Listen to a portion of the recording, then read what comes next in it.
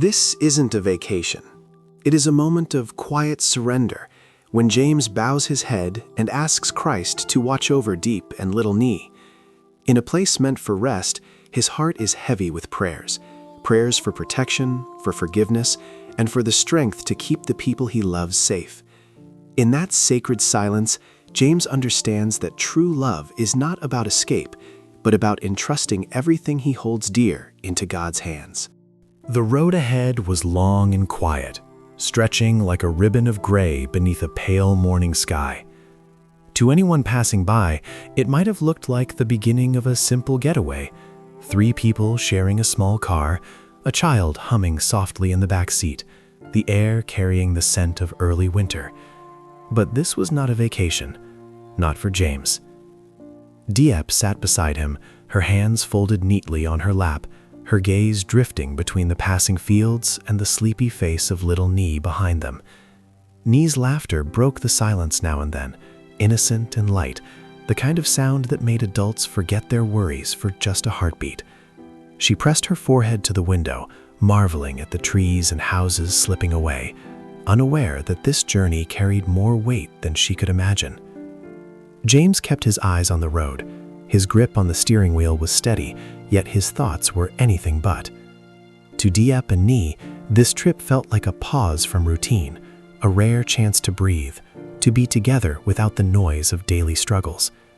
To James, it felt like standing at the edge of something fragile, afraid that one wrong step could cause everything he loved to shatter. He listened to the quiet rhythm of the car, the soft rise and fall of Nee's voice as she spoke about small, joyful things, what she wanted to eat later, how cold the weather was becoming, whether Diep would hold her hand when they arrived. These ordinary words cut deeper than any accusation. They reminded James of how much trust rested on his shoulders. From the corner of his eye, he glanced at Diep. She looked calm, but he knew her well enough to sense the question she did not ask. Life had taught her to be strong in silence. Still, James wondered if she could feel the storm gathering inside him, the fear he dared not speak aloud. People often believe that distance can heal everything, that a change of scenery can mend tired hearts. James once believed that too, but as the car moved forward, he understood a painful truth. No road was long enough to escape responsibility. This journey was not about rest or escape. It was about facing the quiet terror of loving others more than oneself, and realizing that sometimes even strength is not enough. And though the morning looked peaceful, James felt it in his chest. Something important was about to change. They arrived just before noon, when the light was soft and forgiving. The small chapel stood quietly at the edge of the road, half hidden by old trees whose bare branches reached toward the sky like open hands. Diep stepped out first, holding little Nee close, her voice gentle as she reminded the child to walk slowly. To Nee, this place felt new and interesting, a stop along the way, nothing more. To James, it felt like standing on sacred ground. He lingered behind for a moment, closing the car door more slowly than necessary. The air was cold, sharp enough to sting his lungs, yet it helped him breathe.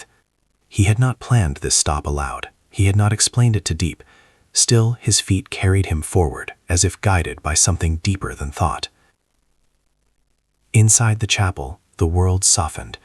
The noise of life outside faded into a hush, broken only by the faint echo of footsteps and the quiet rustle of coats. Sunlight filtered through narrow windows, resting gently on wooden benches worn smooth by time and prayer. James felt smaller here, stripped of titles, of pride, of the belief that he could fix everything on his own. Diep sat with Nee, whispering stories to keep her calm.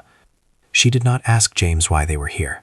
She simply watched him walk toward the front, her eyes following with a mixture of concern and understanding. In that moment, she sensed the weight he had been carrying alone. James knelt. The wooden floor was cold against his knees, grounding him in a way nothing else had. He lowered his head, his hands clenched tightly, as if holding back years of unspoken fear. He did not pray with grand words or rehearsed lines. His prayer came quietly, almost trembling. Christ, he whispered, his voice barely audible.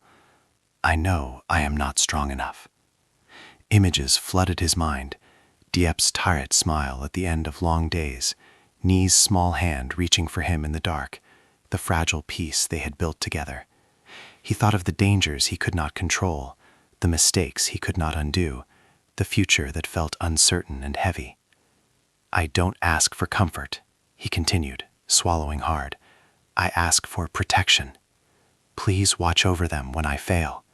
Guard Diep's heart, and keep Ni safe when I cannot. Behind him, Diep watched in silence.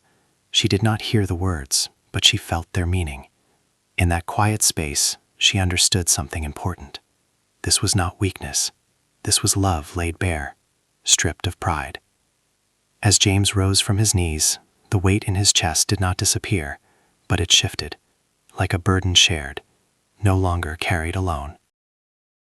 When they stepped back outside, the sky had changed. Clouds drifted slowly, thick and low, as if the heavens themselves were thinking. The wind brushed past Diep's face, cold but not cruel, and she pulled Ni's jacket tighter around her small shoulders.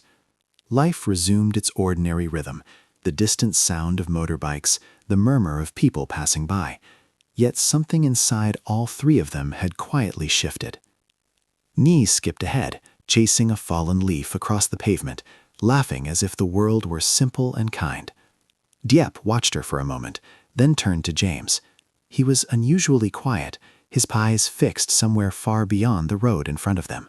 She had seen this silence before, when worries piled too high, when words became too heavy to carry. Are you okay? She asked softly. James hesitated. He wanted to say yes, to protect her from the storm inside him, but the prayer he had just spoken had loosened something deep in his chest. He exhaled slowly. I'm afraid, he admitted. Not of losing things, but of failing you. Failing her. The honesty startled Diep, not because she doubted him, but because vulnerability always does. She stopped walking. In the middle of that ordinary road, between passing strangers and everyday noise, she reached for his hand. We're all afraid, she said, every day. We just don't say it out loud.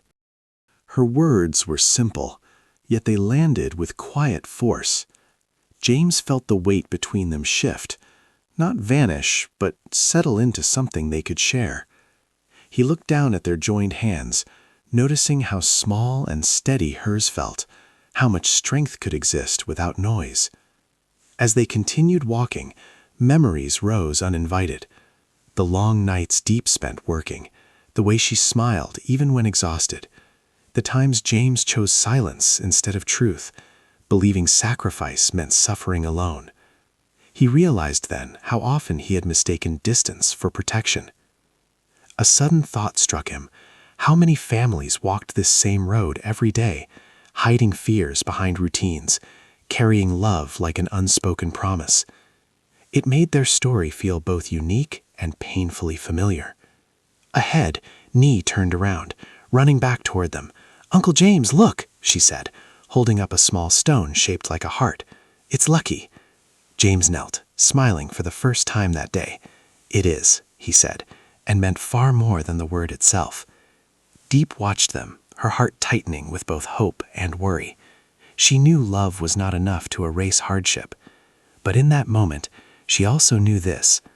Love, when shared honestly, could make the burden lighter, and that might be enough to keep moving forward together. That evening arrived without ceremony, the way most important moments do.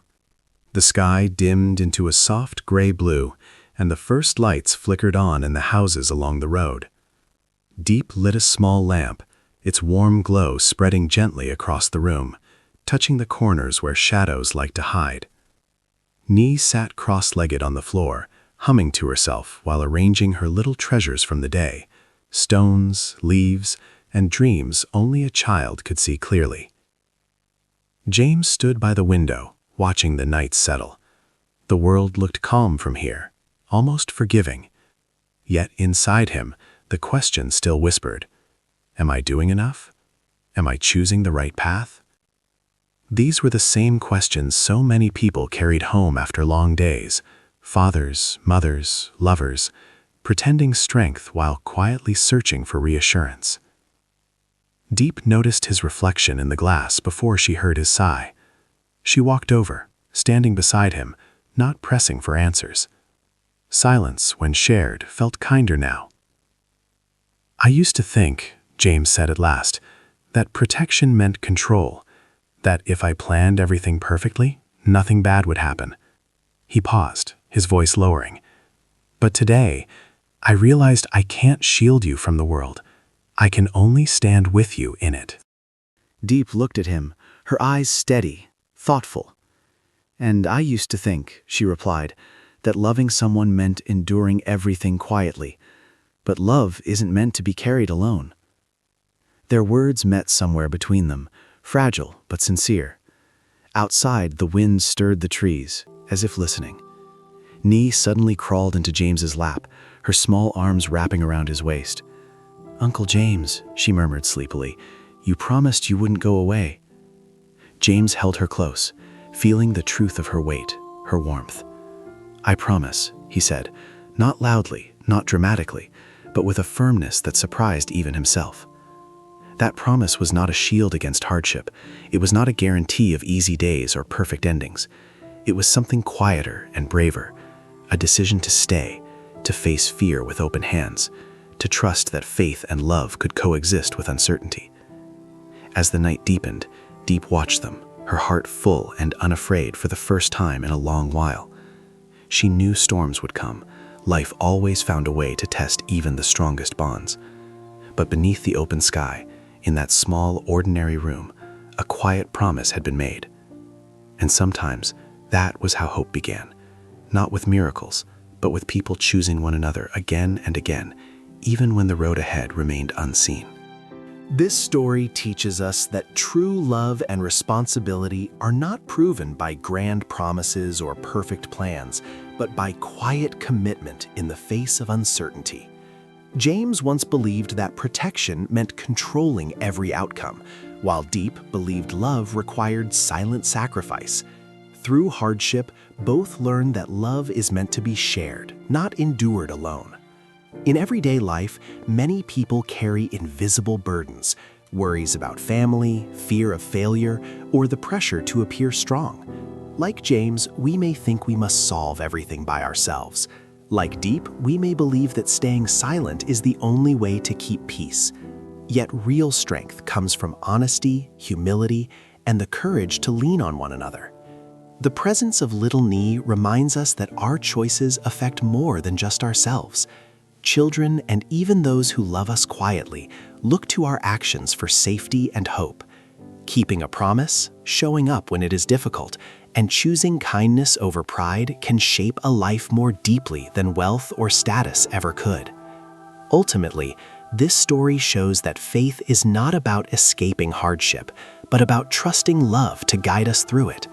When people choose to stand together, despite fear, uncertainty, and imperfection, they discover that healing begins not with miracles, but with everyday acts of care, understanding, and unwavering presence.